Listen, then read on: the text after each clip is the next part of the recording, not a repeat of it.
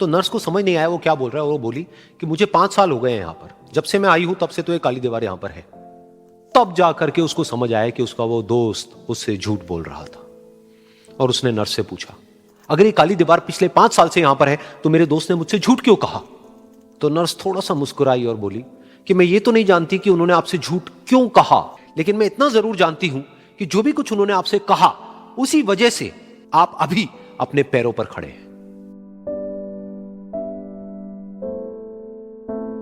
तो इस कहानी से हमको यह सीखने को मिलता है कि जो हमारे शब्द हैं, जो हमारे वर्ड्स हैं, जो हम अपने मुंह से बाहर निकालते हैं, उसमें इतनी पावर है जिसकी कोई हद नहीं है। वो किसी आदमी को गिरा भी सकते हैं और उसको उठा भी सकते हैं। तो अब आपके ऊपर है कि आप अपनी इस पावर को यूज करते हो या मिस यूज करते हो।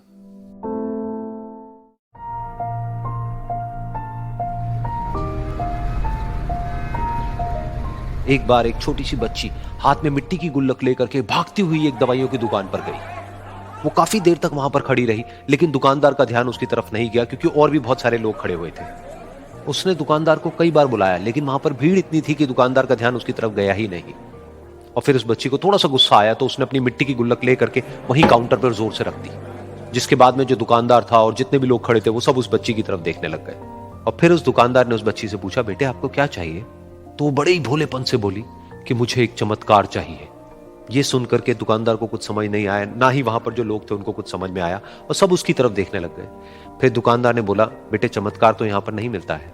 तो बच्ची को लगा कि वो उससे झूठ बोल रहा है। तो बच्ची ने कहा कि मेरी गुल्लक में बहुत पैसे हैं, आप बताओ आपको कितने पैसे चाहिए, लेकिन मैं आज यहां से चमत्कार लेकर के ही जाऊंगी।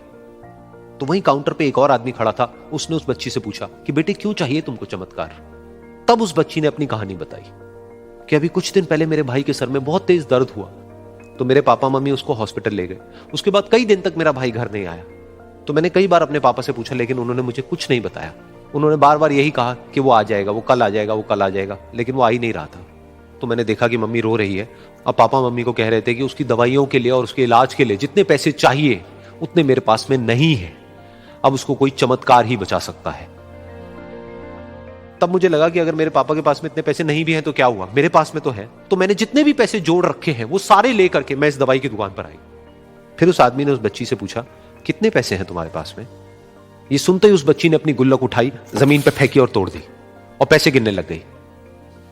बाकी सब लोग खड़े होकर के उसको देख रहे थे। थोड़ी देर बाद उसने सारे पैसे अपने हाथ में इकट्ठे किए और बोली, मेरे पास में पूरे 19 रुपए हैं। वो जो आदमी वहां पर खड़ा था वो थोड़ा सा मुस्कुराया और बोला कि अरे तुम्हारे पास में तो पूरे पैसे हैं, इतने का ही तो आता है चमत्कार। ये सुनकर के वो बच्ची बहुत खुश हो गई और बोली कि चलो मैं आपको अपने पापा से मिलवाती हूं। बाद में पता लगा कि वो आदमी कोई आम आदमी नहीं था, बल्कि एक बहुत बड़ा न्यूरोसर्जन था, और उसने सिर्फ 19 रुपए में उसके भाई की सर्जरी करी और कुछ ही दिन बाद वो ठीक होकर के घर वापस आ गया। फिर कुछ दिन बाद वो बच्ची, उसका भाई, उसके पापा, उसकी मम्मी चारों एक साथ बैठे हुए थे और बात कर रहे थे। तो उसकी मम्मी ने उसके पापा से पूछा कि अब तो बता दो ये चमत्कार आपने किया कैसे? तो उन्होंने अपनी बेटी की तरफ देखा और बोले, ये चमत्कार मैंने नहीं, इसने किया है।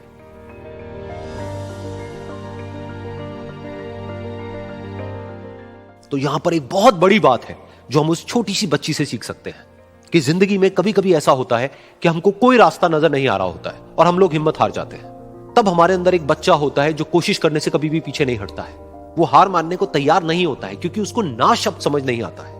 वो बच्चा जिसके लिए कुछ भी नामुमकिन नहीं है, क्योंकि वो हर हाल में कोशिश करता ही रहता है।